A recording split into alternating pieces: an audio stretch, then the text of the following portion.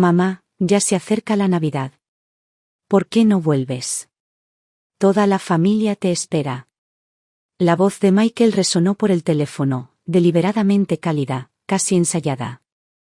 Llevaba un dejo de alegría exagerada, como la de un vendedor que se esfuerza demasiado.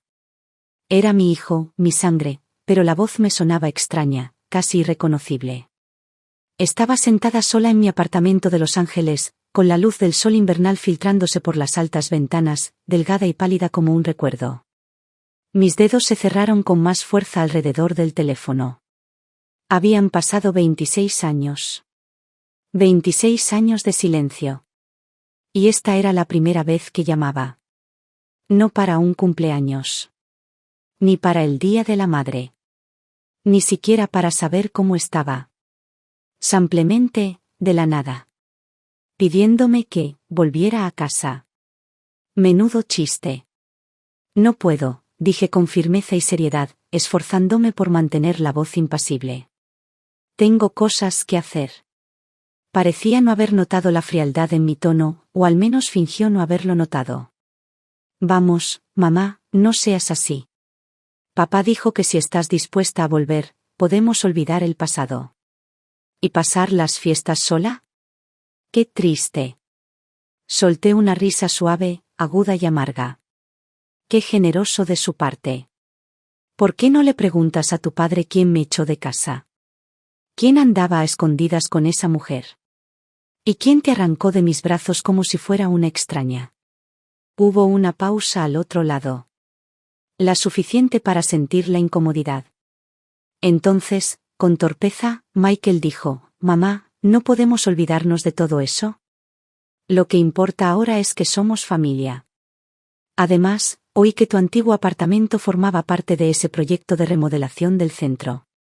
¿Al final te dieron una indemnización?» Y ahí estaba. La verdadera razón. Menuda reunión familiar. Mi voz se volvió gélida. Sí, lo hice. ¿Por qué lo preguntas? ¿Me has estado vigilando? Se apresuró a intervenir, intentando parecer herido. No, no. Mamá, no es así. Es que, mi prometida y yo nos casamos. Y, bueno, el mercado inmobiliario está descontrolado. Ni siquiera podemos reunir la entrada. Si pudieras ayudarnos un poquito, sería un mundo. Sentí que la sangre se me escapaba de las yemas de los dedos. Aún así, mantuve la calma. Michael, ¿cuántas veces me has llamado en los últimos 26 años? ¿Has pasado alguna vez por aquí? ¿Has comprobado si aún respiraba? ¿Y ahora qué? ¿De repente recuerdas que tienes madre? ¿Por qué mi cuenta bancaria ha aumentado un poco? Suspiró, impaciente. Mamá, no seas tan dura. Me estoy esforzando, ¿vale? Ayúdanos con la entrada y te juro que vendré a visitarte siempre. Respiré lenta y profundamente, reprimiendo la ira. Que quede claro, Michael. Ni un solo centavo de ese dinero va a ser para ti. Lo gané yo.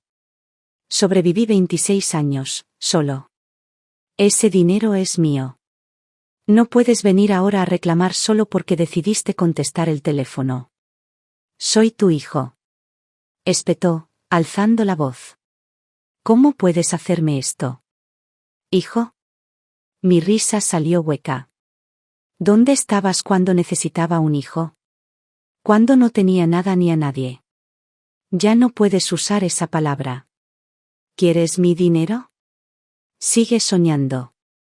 Tú, tu padre, ninguno de ustedes recibirá un centavo. Y con esto colgué.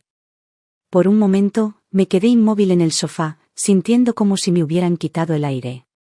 Entonces, las lágrimas brotaron, calientes, rápidas y silenciosas. No de tristeza, sino de rabia.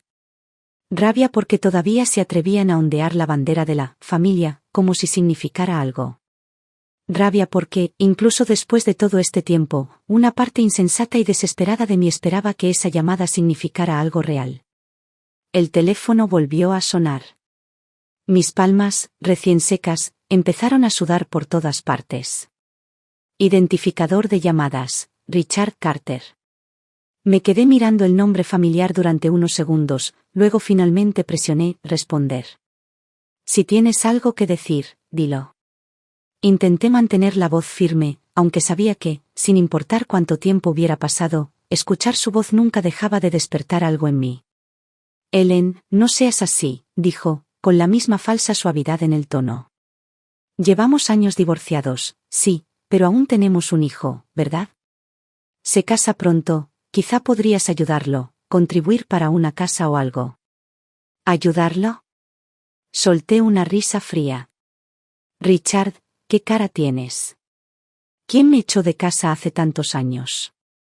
¿Quién me cerró la puerta en las narices con nuestro hijo de 3 años en brazos?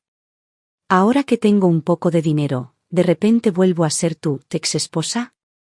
Su tono cambió, ahora más brusco, dejando de lado las cortesías. Ellen, eso fue hace mucho tiempo.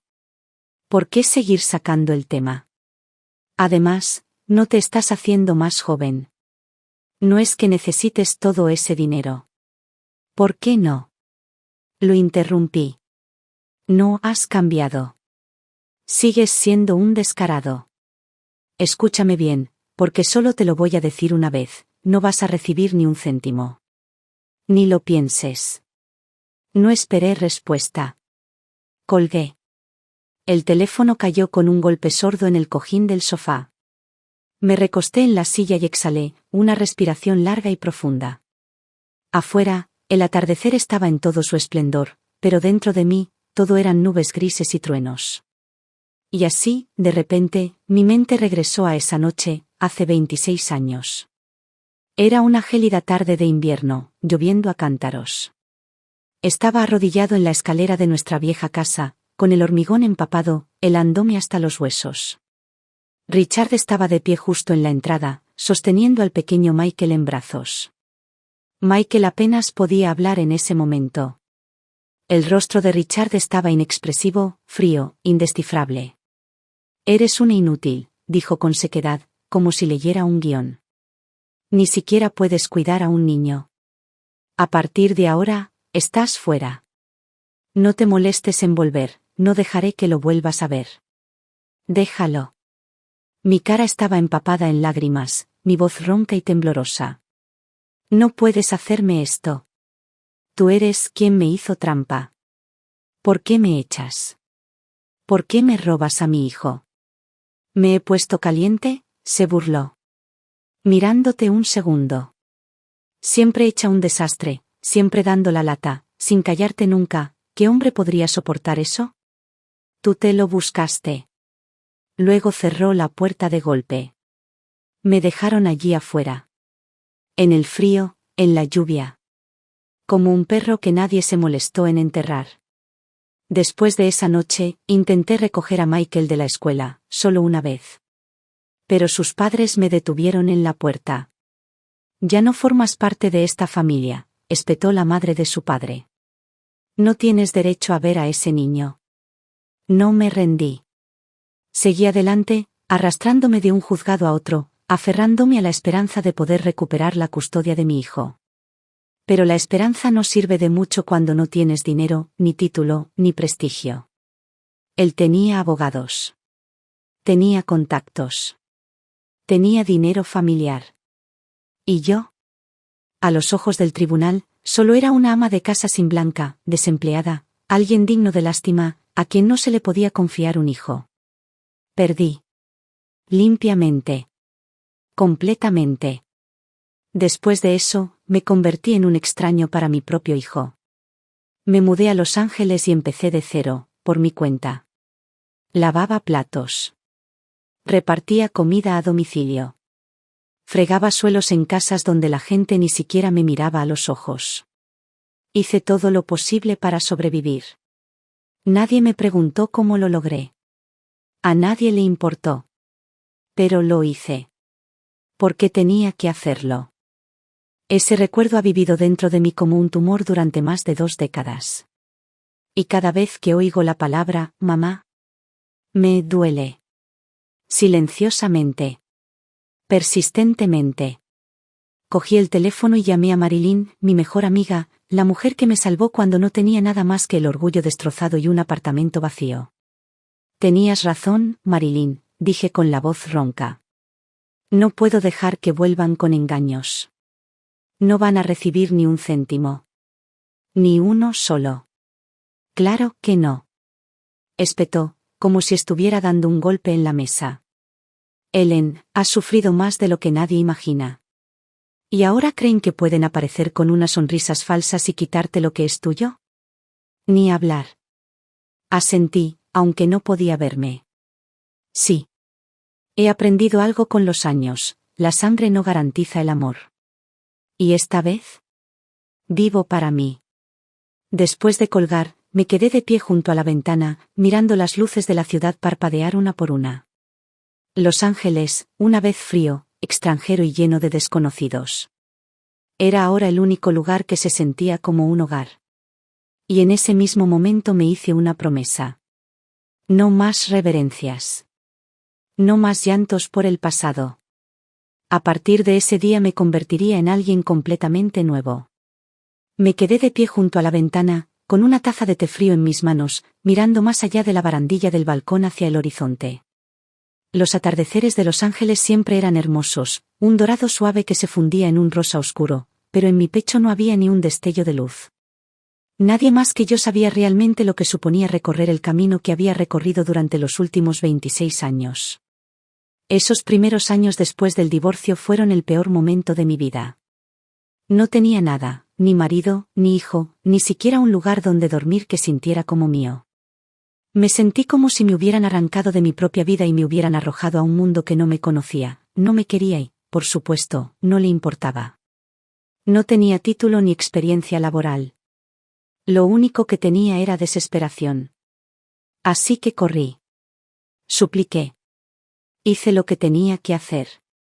Finalmente, conseguí trabajo lavando platos en un pequeño restaurante de barrio. Pasaba 10 horas al día en una cocina sucia, con las manos metidas en agua fría y grasienta, fregando plato tras plato mientras intentaba fingir que no oía los susurros. Ella es la que tuvo que ser expulsada por su marido. Ni siquiera pudo quedarse con su propio hijo. ¿Qué clase de madre es esa? Lo escuché todo. Simplemente actué como si no lo hubiera escuchado. Mantuve la cabeza gacha y seguí frotando, con los dedos entumecidos y los huesos doloridos mientras el agua fría se clavaba en mi piel. Fue entonces cuando aprendí algo crucial. El mundo no se detiene ante una mujer que ha caído. No se hace a un lado. No te ofrece una mano. Y justo cuando pensé que había tocado fondo, la vida me mostró que aún quedaba mucho por caer. Una noche, después de cerrar, caminé por el callejón detrás del restaurante. Estaba oscuro, más oscuro de lo habitual, y reinaba un silencio sepulcral. De repente, un grupo de borrachos entró en el callejón. Empezaron a gritarme obscenidades, y uno de ellos me agarró la camisa. Me defendí, arañando y empujando, pero no era rival para ellos. Golpeé el pavimento con fuerza, mi codo impactó contra el concreto, un dolor punzante me recorrió. Por un momento, pensé que eso era todo. Que mi historia terminaría allí, en la oscuridad, en la tierra, sin ser escuchada. Quítale las manos de encima. Esa voz cortó el callejón como un trueno. Era Marilyn. Vivía al final del pasillo, en nuestro viejo y destartalado edificio.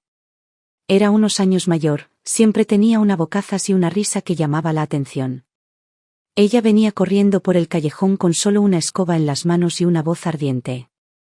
Sus gritos eran más fuertes que sus puños, más agudos que sus miradas. No esperaban una pelea. Y huyeron. Esa noche, todo cambió. Marilyn se convirtió en mi persona. Empezó a traerme la cena cuando salía del trabajo. Se sentaba conmigo cuando no encontraba las palabras para hablar. Pero lo más importante, nunca me tuvo lástima. Ni una sola vez. Ella nunca dijo, pobrecita.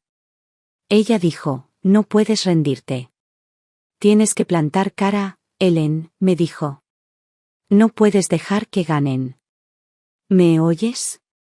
Tienes que vivir mejor de lo que jamás imaginaron que podrías. Esa línea, esas palabras.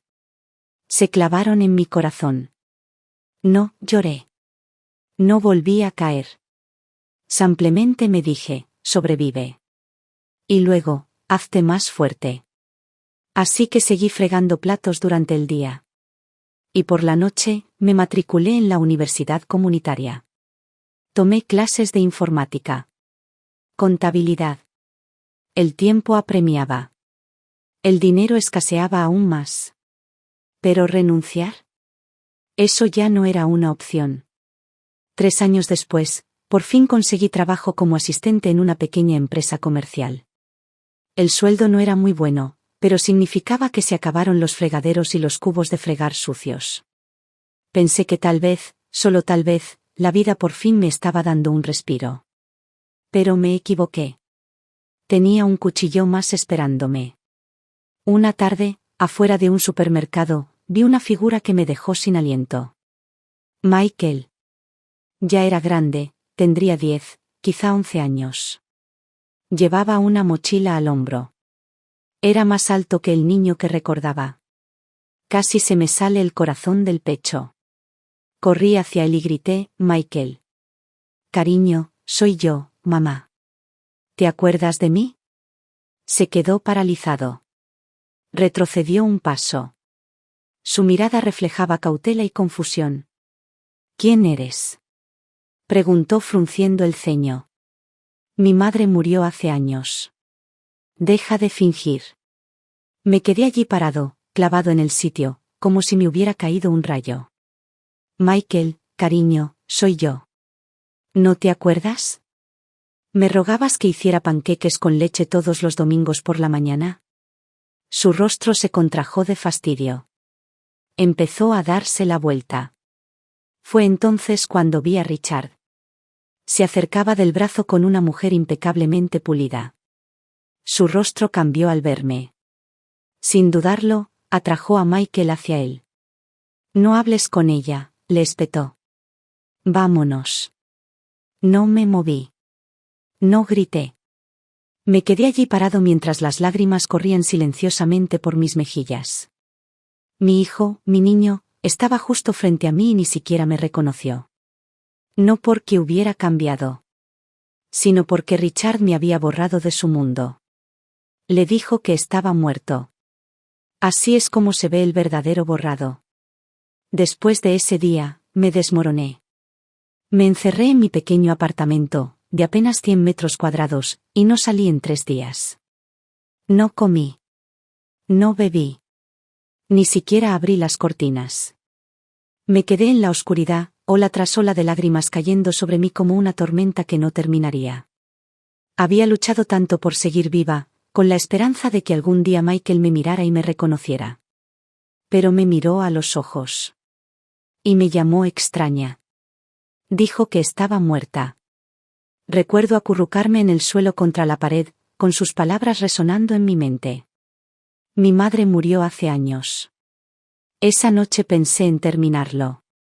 No por desesperación, sino por un agotamiento tranquilo y calculado. Me senté en el suelo del baño con la botella en la mano.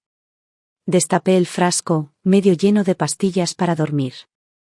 Pensé, si nadie recuerda que estuve aquí, entonces quizá desaparecer no importaría.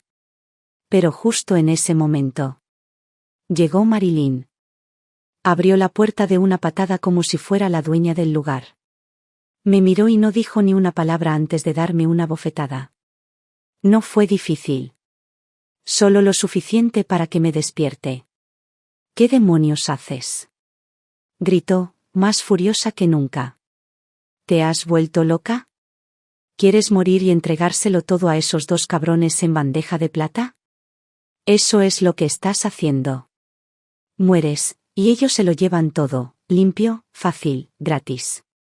¿Es eso lo que quieres? Cada palabra que decía era como una cuchilla en mi pecho. Pero no lloré. De alguna manera, ella me había quitado las lágrimas. Piensa en todo lo que has sobrevivido estos últimos 20 años, dijo. ¿Y ahora quieres rendirte? ¿De verdad vas a dejar que ganen? No recuerdo qué le respondí. Solo recuerdo abrazarla y sollozar en sus brazos como un niño. Me acarició la espalda y me susurró. De ahora en adelante, vives para ti. Para nadie más. Esa noche, renací. Apreté cada hilo suelto de mi alma. Apreté mi dolor como un cinturón tensado. Me sumergí de lleno en el trabajo. Incluso en la entrada de pedidos más simple, me aseguré de que cada dígito fuera perfecto. Me ofrecí a revisar hojas de cálculo. Aprendí fórmulas de Excel. Me apunté a clases nocturnas de comercio internacional. 3 años. En 3 años, pasé de ser un asistente anónimo a jefe de departamento. Mi sueldo se triplicó. Me mudé a un apartamento decente. Por primera vez, entré en una sastrería y me compré un traje. Me paré frente al espejo, mirando a una mujer con maquillaje limpio y ojos como acero. Y apenas la reconocí. Pero no había terminado. Me matriculé en el programa nocturno de la Universidad de California, especializándome en comercio internacional. Trabajaba de día. Estudiaba de noche. Pasaba los fines de semana asistiendo a conferencias abiertas, apretujado entre chicos de la mitad de mi edad, tomando notas como si me fuera la vida en ello. A veces, prolongaba una taza de café durante 2 días, solo para terminar otro capítulo. El trabajo duro tiene recompensa. 10 años después, estaba en mi propia oficina, con la licencia comercial de HC Global Trading. Tenía 45 años. Había construido mi propia empresa comercial desde cero. Desde lavar platos hasta gestionar contratos millonarios. Me llevó 20 años. Lo primero que hice tras fundar la empresa fue saldar mis deudas. Lo segundo, compré una casa. Solo para mí. No hay escritura compartida. No hay nombre en los papeles. Solo el mío. Ellen Carter. Nunca me había sentido tan digno en mi vida. Por primera vez, comencé a creer. Tal vez, solo tal vez.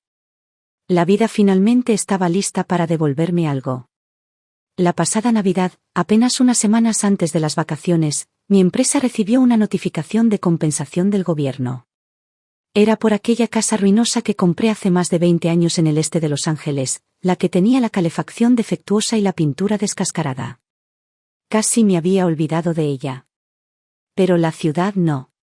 Fue embargada como parte de un proyecto de renovación urbana, y el pago estaba escrito ahí mismo, por escrito, $500,000. Recuerdo reírme a carcajadas al ver el número. Después de todo, el destino se acordó de mí. Recordó mi sufrimiento. Había planeado utilizar el dinero para expandir mi negocio y tal vez finalmente comprarme una pequeña casa junto al mar para jubilarme. Pero antes de que pudiera terminar de redactar el plan, los fantasmas de mi pasado regresaron arrastrándose. Michael llamó primero, combinando palabras como familia, unión y las fiestas. 2 días después, Richard me siguió con una llamada suya, jugando a la carta de compartimos un hijo, rogándome que ayudara, por los viejos tiempos. Escuché los tonos melosos y ensayados del otro lado y no pude evitar soltar una risa baja y amarga.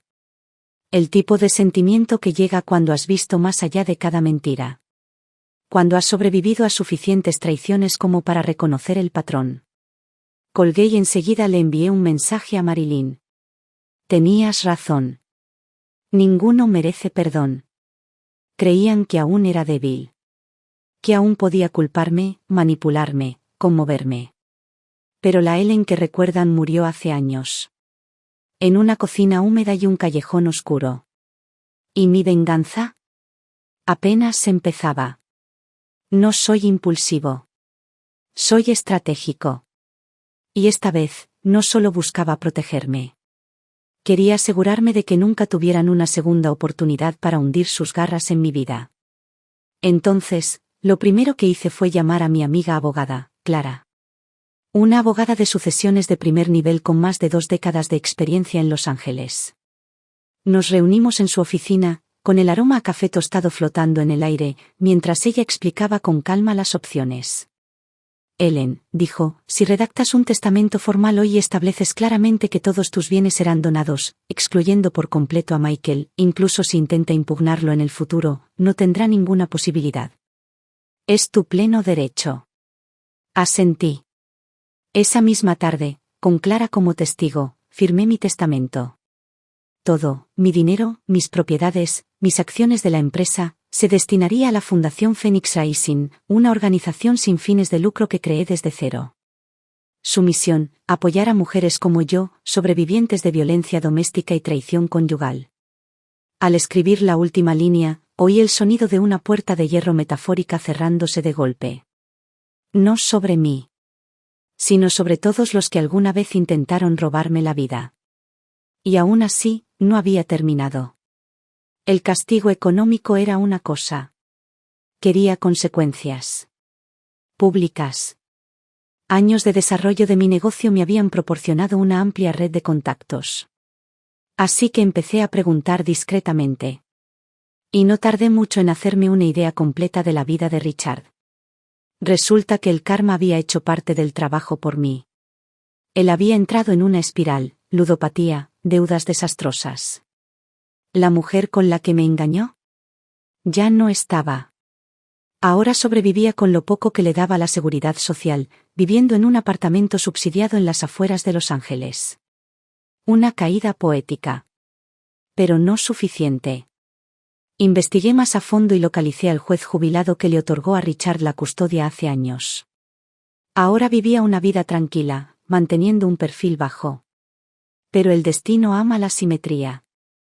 ¿Su único hijo? Trabajaba en una de mis filiales.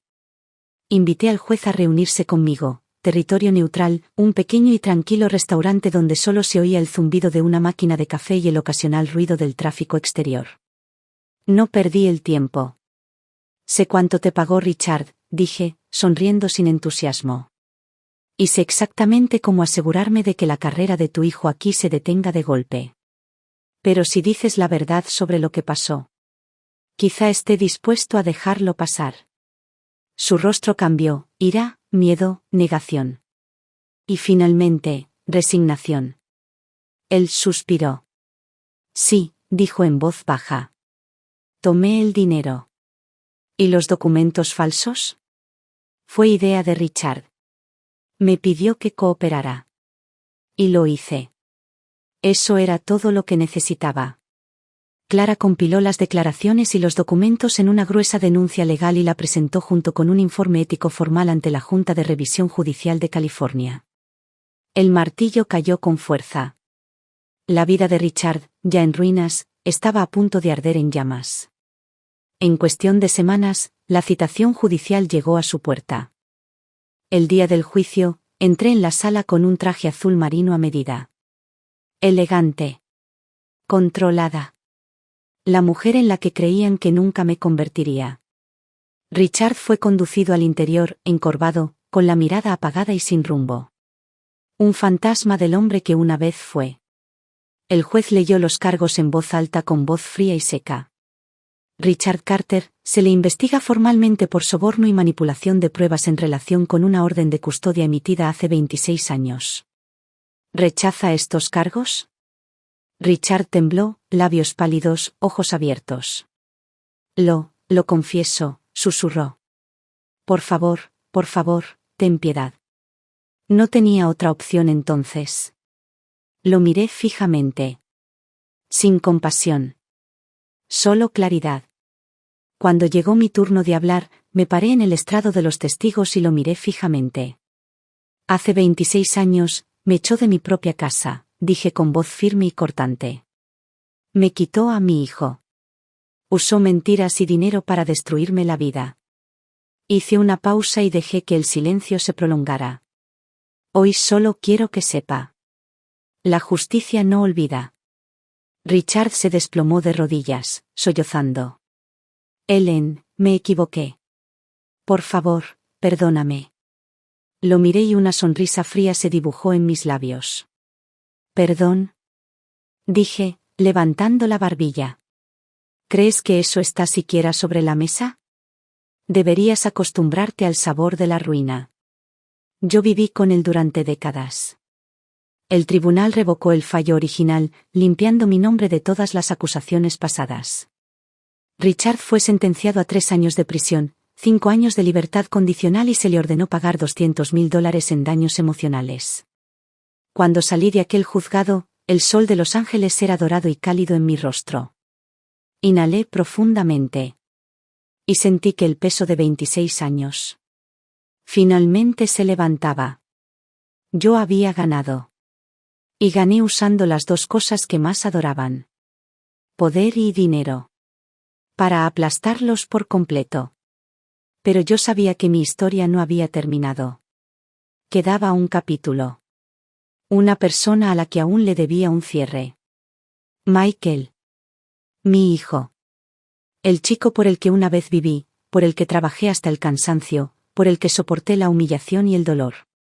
Pero ya no era ese chico. Hacía mucho tiempo que no lo era. Se había convertido en una sombra de Richard. No, peor. Contraté a un investigador privado. No de esos que merodean por los estacionamientos buscando esposas infieles.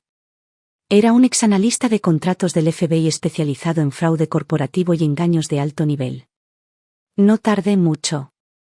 Pronto, tenía una carpeta gruesa en mi escritorio. Michael había estado viviendo de mujeres. 4 mujeres, en 4 ciudades diferentes, le habían transferido decenas de miles de dólares. En cada ocasión, contaba la misma historia. Un negocio que fracasó. Una madre enferma. Una crisis hipotecaria. Era un depredador. Un manipulador profesional que cosechaba la confianza como si fuera una cosecha. Peor aún, llevaba una doble vida, o mejor dicho, triple. 2 mujeres creían ser sus prometidas. Una de ellas ya había empezado a publicar fotos de sus pruebas de novia en Internet. Me senté en mi oficina y hojeé esas páginas, cada línea me dolía más en el pecho. Pero no lloré. Hice copias. Una para cada mujer. Sobres anónimos. Dentro de cada uno, el informe y una nota manuscrita mía. Mereces un futuro más limpio. También presenté una denuncia anónima ante la Oficina de Fraude Financiero de California, adjuntando una cadena completa de pruebas. Menos de una semana después, recibí una respuesta. Caso aceptado. Y entonces. Empezó. Era viernes. Acababa de terminar una conferencia telefónica cuando sonó mi teléfono. Miguel. Contesté. Mi voz sonaba tranquila. ¿Has oído que lo has estado pasando mal últimamente? Su tono era diferente, suave, inseguro, incluso esperanzado. Mamá. Por fin contestaste. Soltó una risa que rozaba el alivio. Sí, las cosas se han puesto un poco feas. Me preguntaba si podrías prestarme algo de dinero. Solo un ratito. Necesito ayuda urgentemente. Me recosté en la silla y sonreí fríamente. Michael, ¿qué creías que era todos estos años? Te tendí la mano. Lo intenté. Una y otra vez, intenté reconstruir algo contigo. Me cerraste la puerta en las narices cada vez. No era nada para ti. Ahora necesitas dinero, ¿y de repente vuelvo a ser tu madre? Entró en pánico. La desesperación se le quebró en la voz. Mamá, por favor, sé que metí la pata. De verdad. Te juro que te lo compensaré. Solo, por favor, dame una oportunidad más. Respiré profundamente y pasé los dedos por el borde liso del teléfono. Entonces dije. Demasiado tarde. Tú fuiste quien me abandonó, Michael. Y ahora, vivirás con las consecuencias. Solo contesté esta llamada para decirte una cosa. No vuelvas a llamarme. Y colgué. Sin dudarlo. Y por primera vez, no sentí nada. Ni dolor. Ni culpa. Ni tristeza. Solo silencio. Y paz. Michael fue finalmente acusado de múltiples cargos de fraude. Los medios de comunicación se hicieron eco de la noticia, y pronto su nombre, y su rostro, ocuparon la portada de todos los medios locales. Su reputación profesional se desmoronó. La imagen que se había forjado se desvaneció de la noche a la mañana. Al final, pagó el precio de todo lo que había hecho. Mientras tanto, mi vida había alcanzado silenciosamente nuevas alturas. Mi empresa se expandió a Nueva York y Chicago. Cerramos varios contratos millonarios y nos convertimos en uno de los nombres más importantes del sector. Por primera vez en mi vida, tuve el poder de elegir con quién quería trabajar. Tenía la libertad de decir que no. Pero el momento en que realmente me sentí curado no vino de ningún saldo bancario ni de ningún premio. Surgió al ver a otras mujeres ascender, gracias a mí. Fundé la Fundación Phoenix Rising con una misión simple. Asegurarme de que ninguna mujer tuviera que pasar por lo que yo pasé. Ninguna mujer debería ser expulsada de su hogar, olvidada por su hijo o ridiculizada frente a un fregadero lleno de platos mientras la llaman lavada. Quería darles opciones. Quería darles poder. Ofrecimos vivienda de emergencia, asistencia jurídica, terapia de trauma y programas gratuitos de capacitación laboral. Para muchas de estas mujeres, fue la primera vez que se dieron cuenta de que tenían una opción. 5 inviernos después, me senté en mi balcón en Santa Bárbara, con una copa de vino caliente en la mano. La nieve cubría las montañas a lo lejos, una nevada inusual en California que brillaba suavemente bajo el atardecer. Llevaba un chal de cachemira color crema. A mis pies, mi viejo gato tomaba el sol perezosamente. A mi lado, sobre la mesa, había una carta que acababa de entregarme mi asistente. Era del Consejo de Contribución Social de Los Ángeles. Me habían nombrado destinatario del Premio Filántropo del año de ese año. En la ceremonia, de pie bajo las luces del escenario, miré a la audiencia, más de 100 mujeres que alguna vez habían sido ignoradas, silenciadas y descartadas por el mundo. Y de repente, mis ojos se llenaron de lágrimas. Porque siempre lo supe. Mi éxito nunca consistió solo en abrirme paso a través del infierno. Se trataba de extenderme. Y ayudar a alguien más a subir conmigo. Se trataba de mostrarles a esas mujeres lo que finalmente había aprendido. Puedes elegir no perdonar. Y también puedes elegir empezar de nuevo. Esa tarde, la luz del sol entraba a raudales por las ventanas que iban desde el suelo hasta el techo mientras yo estaba sentado revisando una nueva propuesta para un proyecto de refugio comunitario. Mi ama de llaves se acercó en silencio. Señora Carter, dijo en voz baja, tiene una llamada. Cogí el teléfono. Había borrado el nombre en pantalla incontables veces. Pero aún me resultaba familiar. Me dejó sin aliento por un segundo. Miguel. Hice una pausa. Luego presioné responder. Mamá. Su voz se quebró, frágil, vacilante, como si hubiera viajado un largo camino solo para llegar a mí. Hola, cariño, respondí suavemente. Mamá. Yo sé que no merezco esto. He pensado mucho durante esos años en prisión.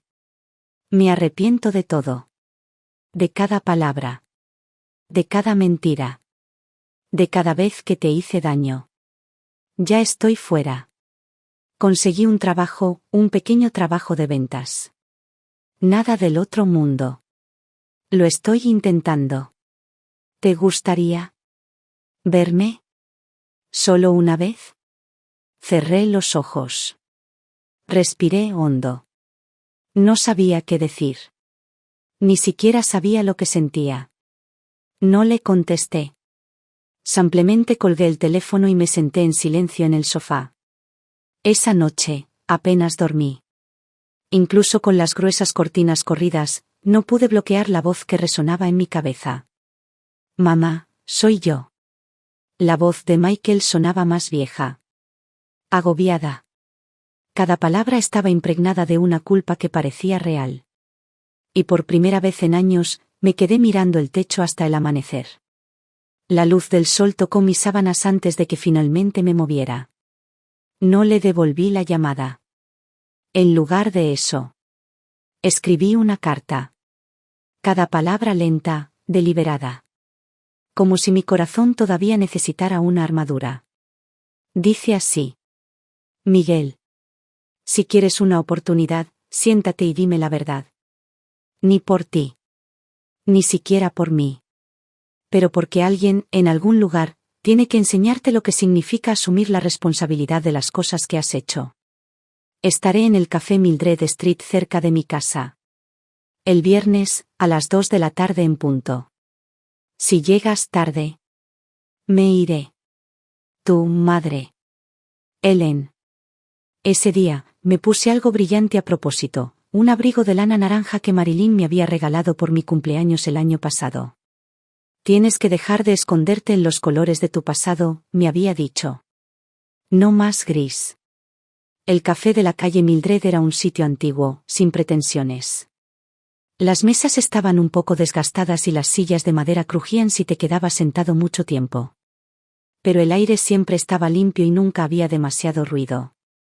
Eso era lo que me gustaba. Llegué 30 minutos antes. Pedí un café solo, sin azúcar, y lo dejé frente a mí. Para él. Exactamente a las 2 en punto, entró por la puerta. Lo reconocí, pero tardé un momento. Llevaba el pelo corto y parecía más delgado, con las facciones más definidas. Su chaqueta estaba descolorida, de esas telas que se han lavado cientos de veces. Tenía los nudillos rojos y en carne viva, como si hubiera estado levantando cosas sin guantes. Nos miramos a los ojos por un segundo. Entonces se acercó. No se sentó enseguida.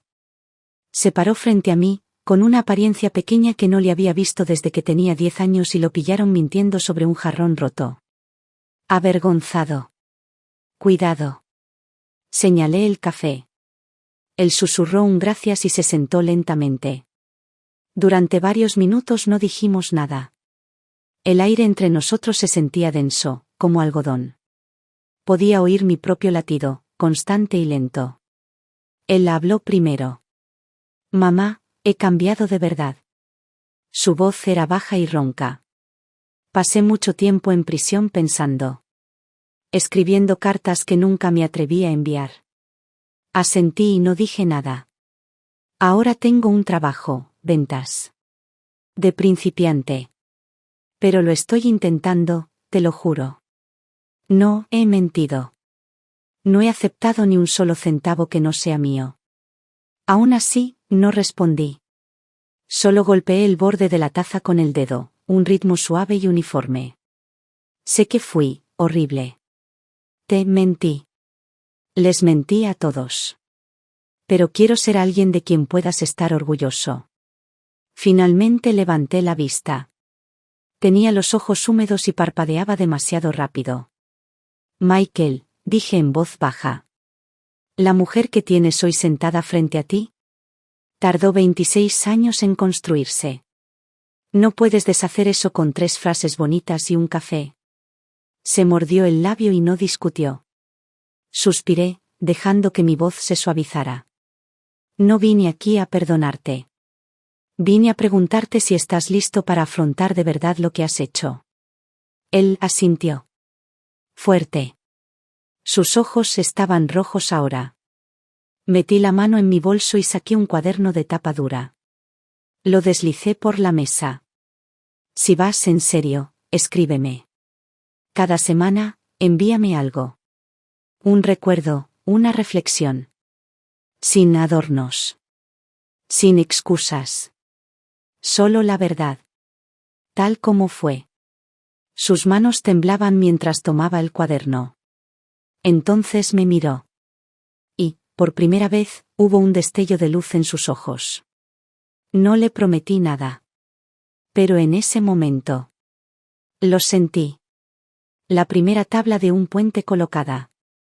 No de vuelta a lo que teníamos. Sino hacia algo nuevo. Algo reconstruido. Me levanté para irme. Él se quedó conmigo. Y cuando me giré, dijo suavemente. Gracias. No miré atrás. Pero sabía que vendría la próxima vez. No para pedir perdón. Sino para intentar, finalmente. Convertirse en alguien a quien una madre pudiera ver. Michael no faltó a la reunión. Una semana después, justo antes del atardecer, apareció puntualmente en mi porche, con la libreta en la mano. Vestía con sencillez, pero algo en él parecía más arreglado.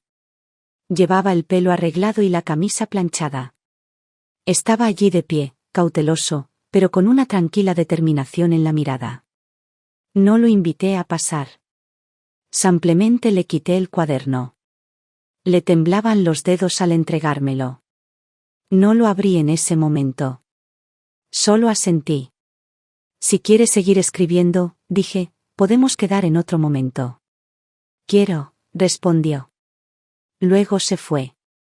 Me quedé en el porche y lo vi alejarse. No sentí alivio en el pecho. Solo una pesadez que no podía identificar. Pero no era la vieja ira. Era algo más. Una cautela, tal vez. Una especie de cautela que surge cuando algo, una vez roto, intenta recomponerse. ¿Por qué la familia? Una vez desgarrada. No puede volver a reconstruirse con un único, estoy dispuesto. Más tarde esa noche, leí lo que había escrito. Describió la primera vez que escuchó las palabras, tu mamá ha muerto. Era solo un niño, sentado a la mesa. Cuando Richard, con una cerveza en la mano, la soltó como si fueran un pronóstico del tiempo. Michael no lloró. Simplemente, las aceptó. Sin comprender. Escribió sobre tercer grado, como una mujer a la que no reconoció apareció en la puerta de la escuela y le dio un conejito de peluche. Dijo que entró en pánico. Corrió a casa. Solo para ser castigado severamente. Richard le dijo que era una mala mujer. Le pidió que no volviera a hablar con ella. Desde ese día, dijo Michael, un extraño sentimiento se arraigó en su interior. Miedo. Confusión. Y una sensación silenciosa y dolorosa. De que había perdido algo que ni siquiera entendía. No intentó justificar nada. Simplemente escribió, de forma incómoda pero honesta, sobre lo que significaba crecer rodeado de mentiras. Cómo, con el tiempo, el amor por una madre a la que apenas recordaba se transformó en algo más. Cuando cerré el cuaderno, no podía describir con exactitud el sentimiento que dejó en mí. No era alegría. No era tristeza. Era algo más suave. Algo que sonaba a comprensión. Por primera vez. Vi claramente cómo lo habían alejado de mí, paso a paso. Dejé el cuaderno en la mesa del comedor. Dejé la luz encendida. No dormí bien esa noche. Pero fue mejor que la anterior. La segunda vez que nos vimos, era un sábado por la tarde. Me preguntó si podíamos sentarnos en el banco cerca de la biblioteca del centro. El sol calentaba ahí. Las calles estaban tranquilas. Traje una botella de agua con limón. Él trajo un libro sobre estrategias de ventas. Mamá, dijo mientras nos acomodábamos. No te pido que confíes en mí de inmediato. Solo quiero convertirme en alguien en quien quizás, con el tiempo, puedas creer. Asentí. Le dije que necesitábamos límites. Sin dinero. Sin aval. Sin mudanza. Esto no es un castigo, expliqué. Es protección. Para ambos. Espacio para respirar. Él asintió. Lo entiendo. Añadí, leeré lo que escribas. Pero no siempre responderé. Sonrió. Esa es la mayor respuesta que he tenido en los últimos 20 años. Esa tarde hablamos durante 2 horas enteras. Hablamos de su trabajo. Los clientes difíciles. El jefe exigente. Hablamos de sus mañanas. Cómo se obliga a levantarse de la cama. Empieza el día lavándose la cara y luego escribe en su diario durante 10 minutos. Me dijo que ha empezado a terminar cada día enumerando 3 cosas que no ha hecho mal. Aunque sea algo pequeño, como llegar a tiempo. O, no mentirme a mí mismo sobre no tener hambre y comer comida chatarra. Dije. Parece que finalmente has empezado a hablar contigo mismo. Sonrió. Sí, dijo. Creo que por fin estoy oyendo mi propia voz. Y en ese momento, una sensación de calor se apoderó de mi pecho. No alegría, sino un destello de confianza. El tipo que no se precipita, sino que se descongela lentamente, como la escarcha en el borde de una ventana en invierno. No lo dije en voz alta. Pero mientras caminaba hacia casa, me encontraba esperando con ansias. La próxima semana. El tiempo pasó rápido y antes de que me diera cuenta llegó el día de la siguiente reunión. Esa noche preparé la cena, algo que no había hecho en mucho tiempo. Salmón a la plancha, espárragos al vapor y una olla pequeña de sopa de calabaza. No porque se me hubiera olvidado cocinar, sino porque, durante años, no había sentido que hubiera alguien para quien valiera la pena cocinar. Incluso cambié el mantel. Un mantel de lino y algodón azul marino intenso, combinado con una sencilla vajilla de cerámica blanca. Las lámparas colgantes proyectaban una cálida luz dorada por toda la habitación. Todo estaba tranquilo. Apacible. Exactamente a las 6, sonó el timbre. Me sequé las manos y fui a abrir. Michael estaba allí sosteniendo un ramo de girasoles y parecía nervioso. Recuerdo que antes te gustaban los girasoles, dijo. No estaba seguro de si todavía te gustan. Tomé las flores y asentí. Gracias. Nada de charlas triviales. Sin dramatismos. Solo una bienvenida discreta.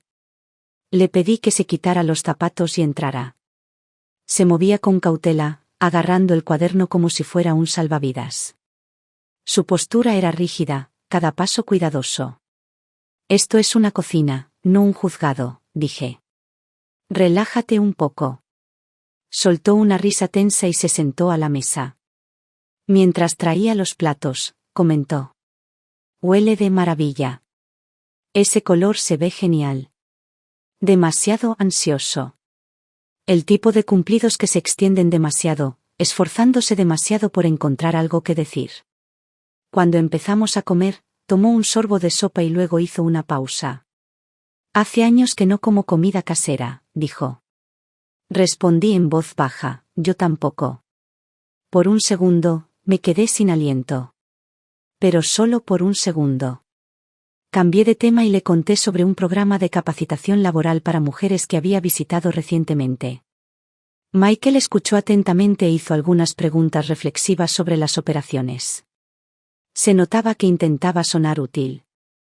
A mitad de la cena, se detuvo, me miró y me preguntó. Mamá, ¿puedo preguntarte algo? Asentí. ¿De verdad viniste a verme de pequeño? ¿Al colegio? Hice una pausa. Bajé la cuchara con cuidado. Sí, lo hice, dije. Muchas veces. Me quedé afuera de la puerta y te vi salir corriendo de clase, de la mano de tu papá, subiendo al coche. Nunca miraste atrás. Bajó la cabeza. No dijo nada durante un largo rato. Papá me dijo que no querías verme. Pero ahora lo sé, nunca me dijo que viniste. Mi voz se mantuvo firme, firme. Esos recuerdos ya eran lo suficientemente antiguos como para hablar de ellos con claridad. Me dijo que estabas loca. Que habías muerto. Que te escapaste con el dinero de la familia. Que nos dejaste. Me dio una docena de versiones diferentes de ti. Su voz era apenas más que un susurro. No dije nada. Solo le di espacio. Dejé que dijera lo que tuviera que decir. Le creí mucho tiempo. Pero cuando crecí, a veces me preguntaba. Si de verdad eras tan terrible. ¿Por qué me mandaban tarjetas de cumpleaños todos los años? Sonreí, suave y cansada. Creí que nunca los habías abierto. Guardé algunos. Los escondí. No quería que nadie los supiera. Creo que tenía demasiado miedo de descubrir la verdad. Era más fácil creer que eras el malo que aceptar que me habían mentido toda la vida. Asentí. Entiendo. No dijo nada más. Simplemente volvió a comer en silencio. Pero algo había cambiado. Sus movimientos eran más suaves, más naturales. Como si una fina capa de vidrio esmerilado finalmente se hubiera roto. Después de cenar, preparé té de jazmín. Dijo que el olor le recordaba a cuando estaba enfermo de niño. El único recuerdo que tenía de mí, dijo, era de una taza de té ligeramente amargo y ligeramente dulce. Recuerdo que me abrazaste.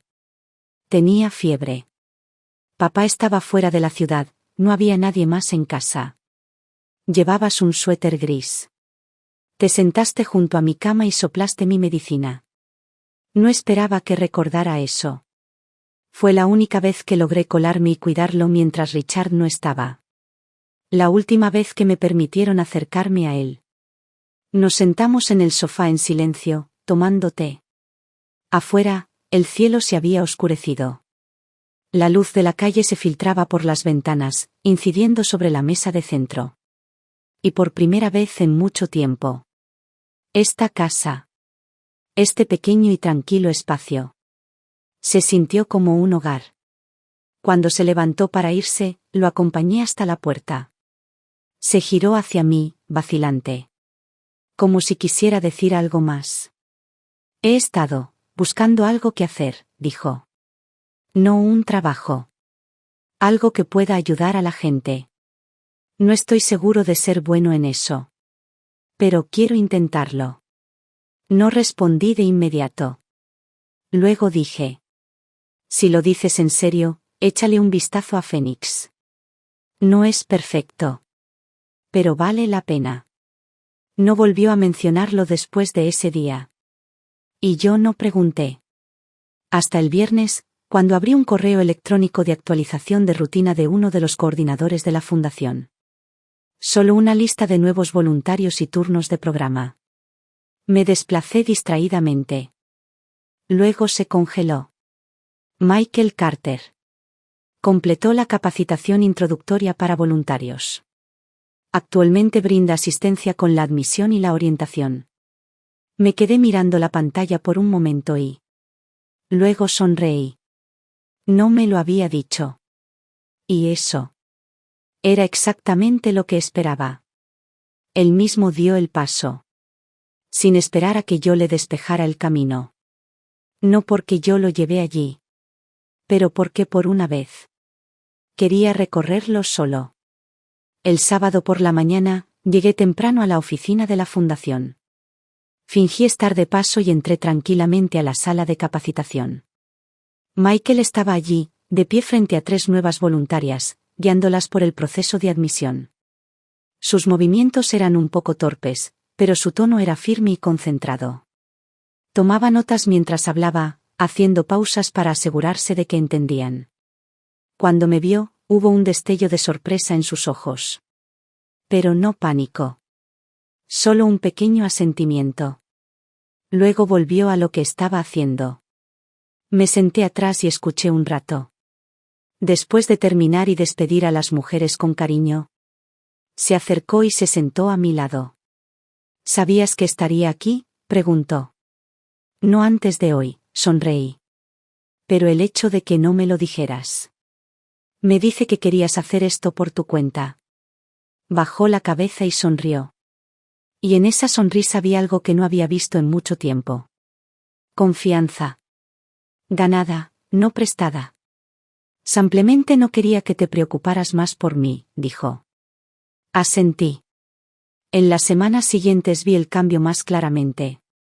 Cuando venía a cenar, empezó a traer nuevas recetas para probar. Ya no esperaba a que le sirvieran. Ayudaba. Lavaba platos. Limpiaba encimeras sin que se lo pidieran. Empezó a hablar del futuro. No con vagos, algún día. Sino con planes claros. Estoy pensando en hacer un curso de administración, dijo una noche. Podría ser útil si la fundación amplía algunos de sus programas. Luego se ofreció como voluntario para una iniciativa de inserción laboral para sobrevivientes de violencia doméstica. Su tarea, organizar archivos y hacer llamadas a centros comunitarios. Pero un día, la directora del programa me tomó aparte. Me dijo que Michael había pasado 2 horas hablando con una mujer de 50 años en el programa. Lloró, dijo el director. Dijo, nunca imaginé que un hombre se sentaría y escucharía mi historia de principio a fin. Michael no me lo mencionó. Simplemente vino esa noche, dejó su cuaderno sobre la mesa y dijo: no escribí ningún cuento esta semana. Solo 3 nombres. Y 3 cosas que me dijeron. Abrí el cuaderno. La primera página decía: eres más fuerte de lo que crees. Esa noche no cenamos. En su lugar, tomamos té. En un momento, levantó la vista y preguntó: mamá, ¿cómo superaste todo esto al principio? Me quedé callado un rato. Luego dije: no lo logré. Me tropecé todo el camino. Él asintió lentamente. Lo entiendo. Y me di cuenta, no solo lo decía. Lo decía en serio. No fue simpatía. Fue resonancia. Empezaba a comprender. Que vivir no significa escapar del dolor. Significa seguir adelante con él de todos modos. Esa noche, cuando se disponía a marcharse, lo acompañé hasta la puerta. Él dudó. Luego dio un paso adelante y me abrazó. No como un niño que necesita consuelo, sino como un hombre que finalmente baja sus defensas si elige la cercanía. Le devolví el abrazo. Y le di unas palmaditas suaves en la espalda. No llegues tarde al trabajo mañana, dije con una sonrisa. Él se rió. No te decepcionaré. Cuando la puerta se cerró detrás de él, me quedé allí por un momento, mirando hacia el silencioso pasillo. Y en esa quietud, me di cuenta. La vida estaba mejorando. Esa tarde, el sol era suave y dorado. Michael vino a almorzar, como siempre. Pero esta vez trajo una propuesta. Me puse en contacto con una residencia de ancianos en Berkeley, dijo mientras dejaba la chaqueta. Tienen un programa de voluntariado para el Día de la Madre. Oí que alguien que conocías vive allí. Creo que la mencionaste alguna vez, ¿no? Hice una pausa. Me tomó por sorpresa. ¿Rita?, pregunté. Él asintió. Sí. Dijiste que era la única persona con la que podías hablar de verdad cuando las cosas se pusieron difíciles. Lo recordé. Una onda silenciosa se agitó dentro de mí, vieja, distante, pero familiar. Rita había sido mi vecina durante esos años en la vivienda social. Una mujer latina apasionada y sensata que siempre olía a chile y reía con todo su cuerpo. Era directa, ruidosa y leal. Después de enfermarse, se mudó a Berkeley y perdimos el contacto. Ese día, Michael y yo condujimos 2 horas hasta la residencia de ancianos. Encontramos a Rita sentada en el jardín, tomando el sol junto al muro del patio. Estaba pálida, pero su sonrisa se abrió como un petardo al verme. Me agarró la mano con la misma fuerza feroz que recordaba. Tú debes ser el chico, dijo, mirando a Michael con los ojos entrecerrados. El que no abría la puerta mientras tu madre lloraba en el patio. En aquel entonces, me dieron ganas de darle una patada a tu padre en los dientes. Michael soltó una risa incómoda, pero no se inmutó. Sé que me perdí mucho, dijo en voz baja. Rita arqueó una ceja. ¿Y qué? ¿Crees que puedes inventarlo? La miró fijamente a los ojos y asintió. Quiero intentarlo. Los miré a ambos. Uno, mi ancla cuando no tenía ninguna. El otro, una vez la herida más profunda de mi vida. Ahora, se sentaron a ambos lados de mí. Pasamos la tarde allí, charlando, riendo, sobre todo escuchando los incansables comentarios de Rita. De camino a casa, el sol se ponía. Michael y yo no hablamos durante casi todo el trayecto. El silencio no era incómodo, solo, pleno. Cuando entramos en el camino de entrada, lo rompió. Mamá, dijo. ¿Hubo algún momento en el que realmente quisieras borrarme de tu vida? No respondí de inmediato.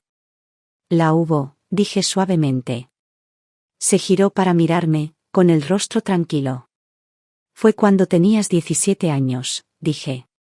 La última vez que estuve fuera de tu casa.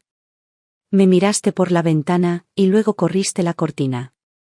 Volví la cara hacia el cielo naranja que se desvanecía. Recuerdo llegar a casa y acostarme en la cama, pensando, quizás sea hora de borrarte de mi corazón. Quizá debería dejarte ir. ¿Y por qué no lo hiciste?, preguntó. Porque no pude, susurré. El coche permaneció inmóvil en la entrada. Ninguno de los dos intentó salir. Sabes, continué, antes de cerrar la cortina, dudaste medio segundo. Nunca lo olvidé. Inclinó la cabeza. Su voz estaba ronca. En ese medio segundo, me preguntaba si te irías. Lo miré. Nunca me fui. Simplemente me quedé donde estabas, hasta que te diste la vuelta.